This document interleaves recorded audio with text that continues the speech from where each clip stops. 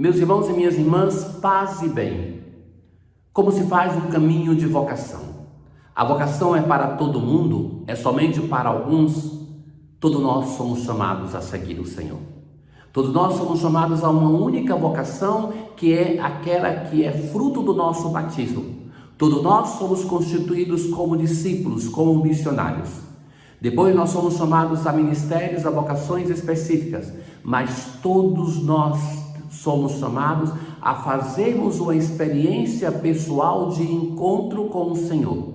Não basta que outras pessoas nos digam quem Ele é, mas nós temos que fazer uma experiência pessoal, e é sobre isso que a liturgia de hoje nos fala através das suas leituras. Ouçamos. Na antífona de hoje, o povo que andava nas trevas viu uma grande luz. Para os que habitavam nas sombras da morte, uma luz resplandeceu.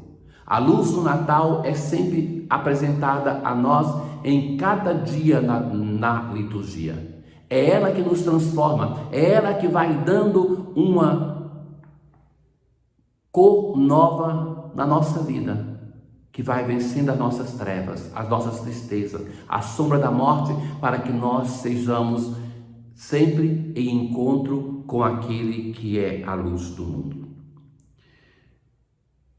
Filhinhos, que ninguém vos desencaminhe. Sejamos firmes.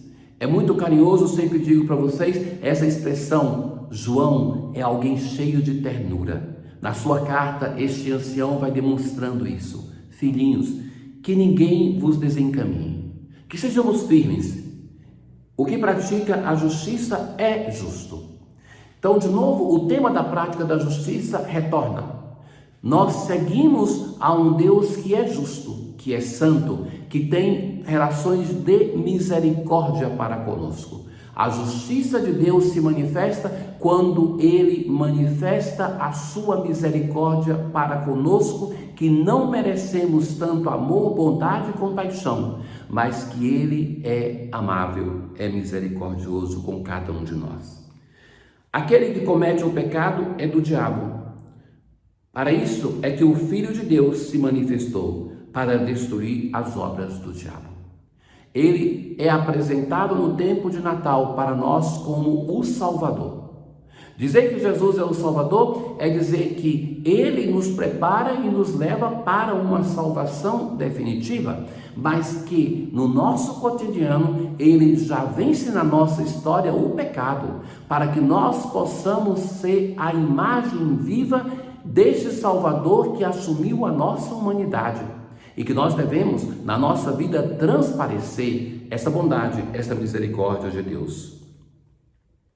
Porque a semente de Deus fica nele, ele não pode pecar, pois nasceu de Deus. Veja que interessante, ele vai dizer assim que aquele que segue a Deus, que é justo, nós temos em nós uma semente de Deus que nos impede de pecar. Veja que para o autor não é indiferente que nós, mesmo que ele já tenha falado antes, no início nós já ouvimos, que diante de nós se apresentam dois caminhos. O discurso das duas vias que é tão presente na palavra de Deus. Mas vai dizer, nós não podemos pecar, porque em nós está a semente de Deus, e que é essa semente de Deus que nos dá a força para que nós possamos perseverar no bom caminho e vencer o pecado. Tenhamos esperança, tenhamos força, Ele está conosco. É o Senhor que vence em nós o pecado, para que nós possamos ter uma vida de santidade. O que não pratica a justiça não é de Deus, nem aquele que não ama o seu irmão. Então agora, na conclusão da leitura de hoje, nós vemos uma identidade entre justiça e amor. O modo como nós vivemos a justiça de Deus na nossa vida e na nossa história é através do amor ao próximo. É amando o nosso irmão que nós vivemos o modo justo de ser, porque a justiça de Deus é a misericórdia. Assim também nós devemos ser misericordiosos para com os nossos irmãos.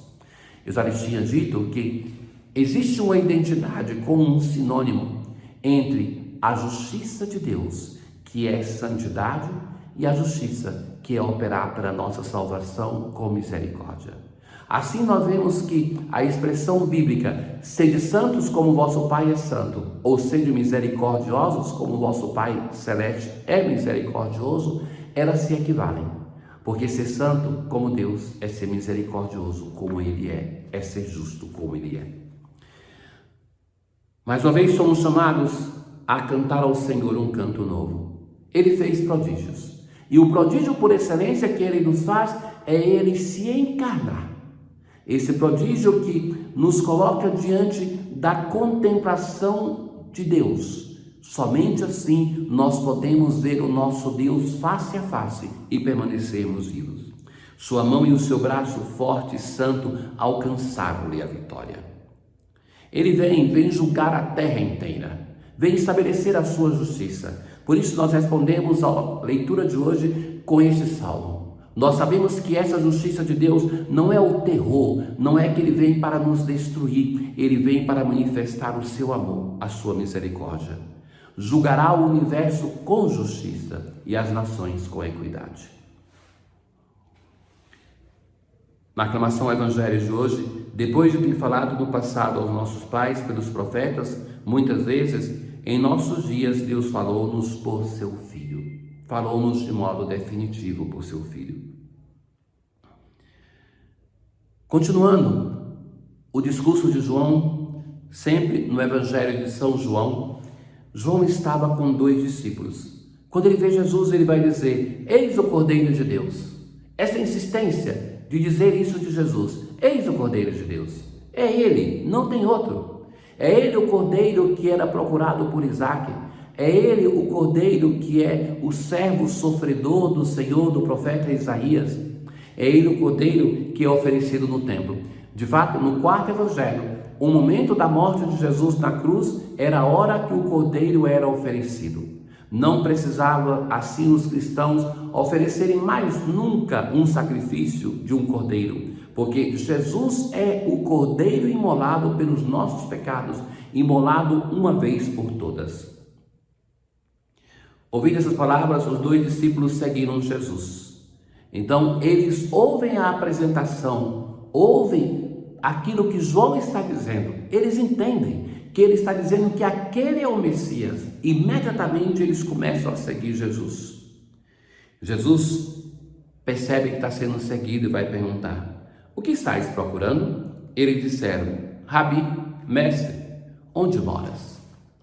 Eles queriam saber o endereço de Jesus? Não, não era isso.